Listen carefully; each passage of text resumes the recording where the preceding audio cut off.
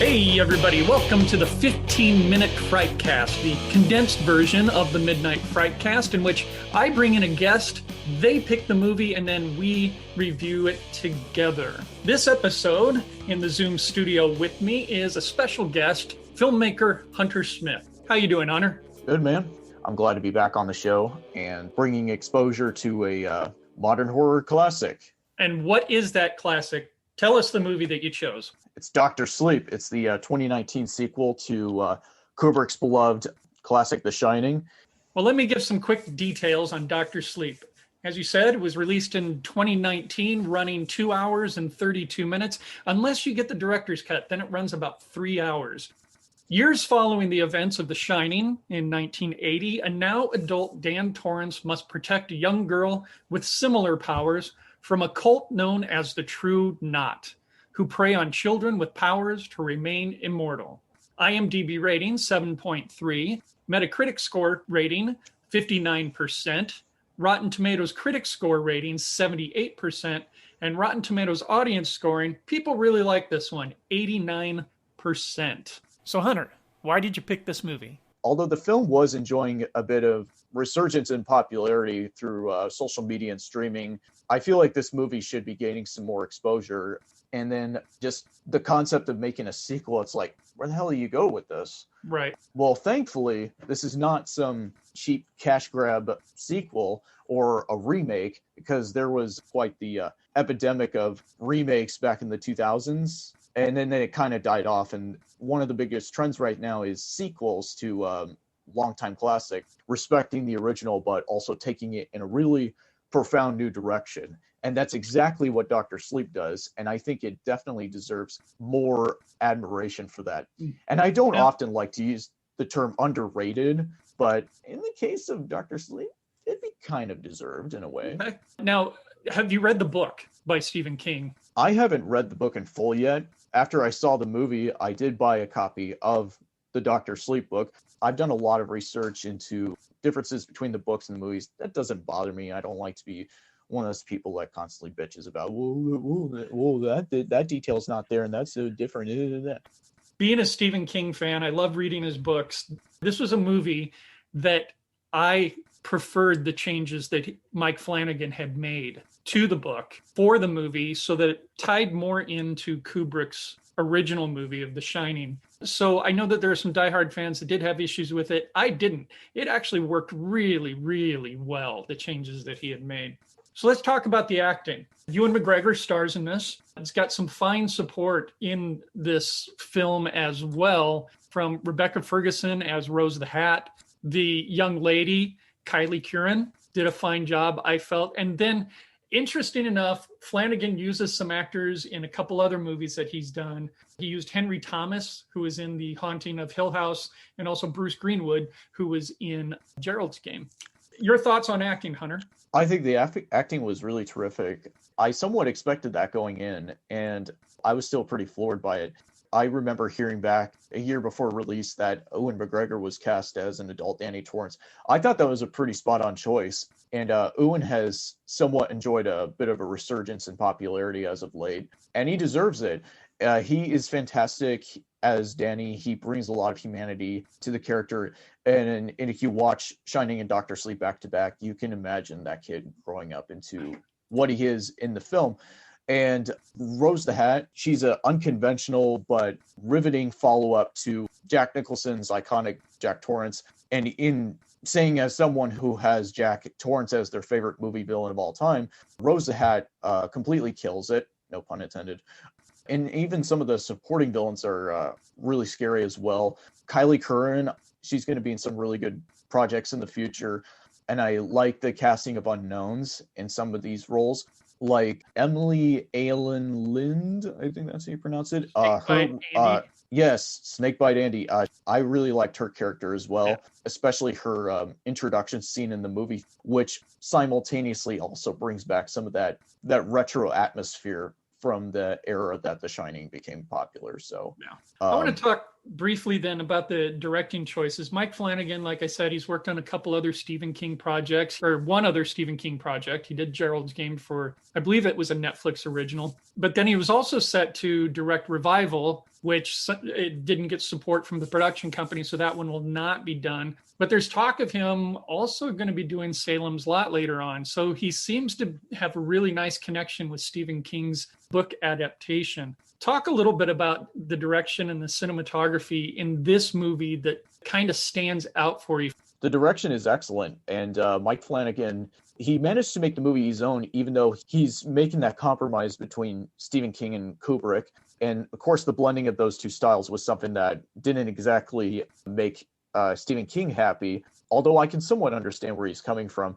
And I'm glad that King loved Dr. Sleep, the movie, because he employed a very old-fashioned feel with Dr. Sleep, like the use of cross-dissolves and the editing and the pace. I actually think it manages to move at a pretty consistent pace because, of course, the original Shining is notorious for being a slow burn, which isn't always a bad thing. A lot of older movies are slow burns. And, of course, many newer movies can move at a slow pace and be very compelling. And I love how Dr. Sleep takes its time. It stayed consistently moving, and each scene played a purpose in saying something about the characters while bringing in genuine terror as well, both supernatural and psychological. And of course, there's more of the former in this one than the original. Yeah.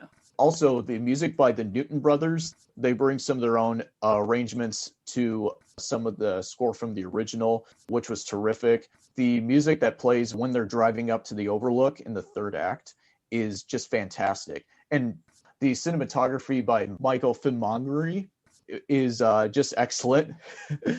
We'll just call him Mike. Mike, yes. There's a lot of mics. I love the color palette, and it's a more polished than the first movie, but it still looks terrific on its own.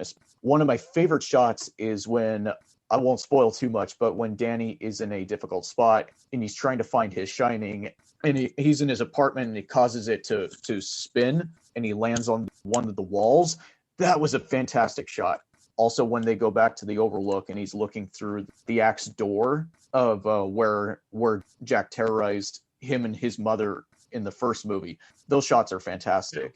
I would say for me personally, the choices made by Mike Flanagan really worked for this adaptation because he was under the gun for keeping it loyal to Kubrick's. And the problem is, in the book of The Shining, the Overlook Hotel is completely destroyed. And it isn't in Kubrick's Shining. So he had to go back, Flanagan had to go back and take this book where the Overlook Hotel no longer exists and try to find a way to work that in. And the Overlook Hotel, in the end, became its own character once again. And it just brought back a lot of the feelings from the original Shining. A couple other choices that was different. In the book, Dan survives. And in the movie, he does not. And I'm not sure I'm really happy with the ending itself, but that's kind of the way I am with some of Stephen King's books. So, yeah, they joked about that in chapter 2. Oh, yeah. Although as a King fan, I like that, although the film got a little too meta with that, for its own good. And of course, I love the ending. It worked for Dan's arc and how it tied back to the caretaker from the Overlook, the chef who helped him. Dick Halloran. Dick, yes. And so Dan being able to be passed on the torch and be a mentor for Abra was very satisfying. Now, it's obvious you're a fan of the film. However, if you were to give a couple examples of what could have been better, what would those be? There isn't really a whole lot negative I can really think of. I did mention it is a little more polished than in the first movie. It compared to the first, it feels a little more grainy or a little more rough. Not that it bothers me too much, because the nighttime scenes are they were able to pull off a very cold and very sinister look with them, and especially the scenes with the True Knot. And fan service can be a difficult issue for some. Kind of going back to what you were saying, I don't know if there was maybe one gratuitous callback. It might have been in the scene where Dan, his friend Billy, and Abra are driving together, and then Abra accidentally causes Danny to have a flashback and we see the typewriter. It was okay. I haven't seen, and I'm just talking in terms of the theatrical cut here. I will have to critique the directors on Facebook at some point, because I watched some clips of the new scenes they added. When Dan finally confronts his father, they make them, instead of cutting it off at a certain point like they do in the theatrical, which was perfect. In the directors, they make Jack take Dan to the bathroom and he's wiping him off, just like the bartender did in the first movie. And I'm watching, I'm like, okay, did we really fucking need this? It's like it's just dragging on.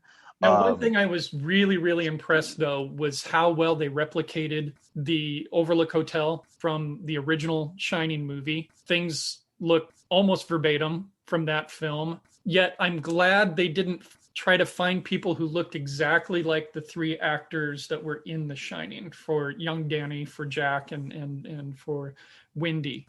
I'm glad they found people who kind of look like him, but didn't try to go for an exact match. But they did a really good job of replicating those scenes from them.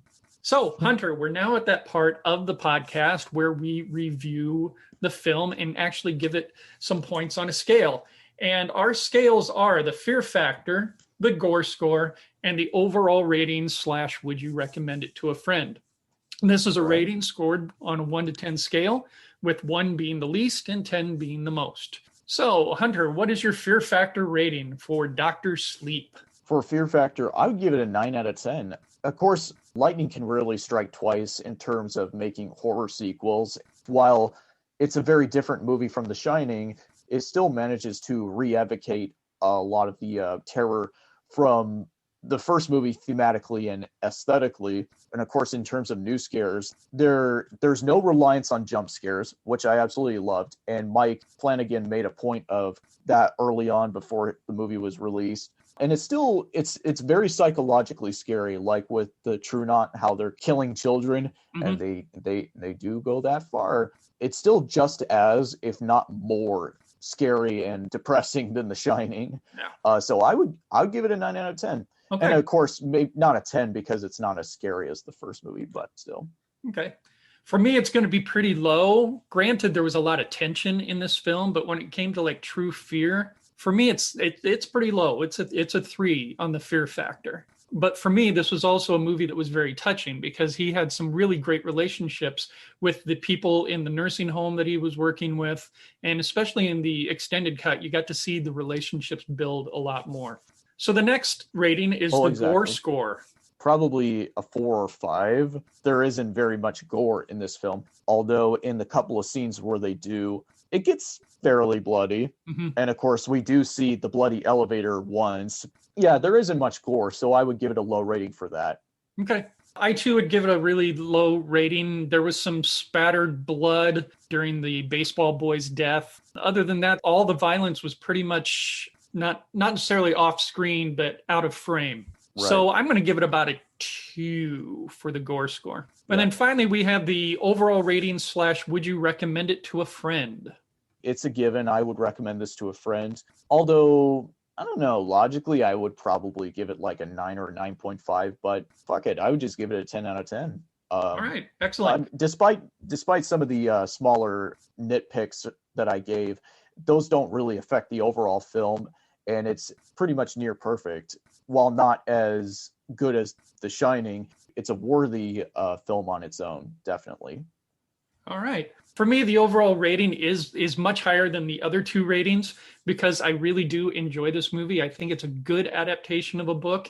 It's not necessarily a true adaptation, but it is a very good adaptation. I'm going to give it about 7.58 for the movie overall, and I definitely would recommend it to anybody to watch this movie. So that wraps up our 15-minute FrightCast of Dr. Sleep with our guest, Hunter Smith. Hunter, thank you for coming on. I appreciate it. Thank you very much. You bet. And so if you would like to hear any more of our reviews, please go out to midnightfrightcast.com for more 15-minute FrightCasts as well as the full Midnight FrightCast. Thank you for coming, and we'll talk to you later.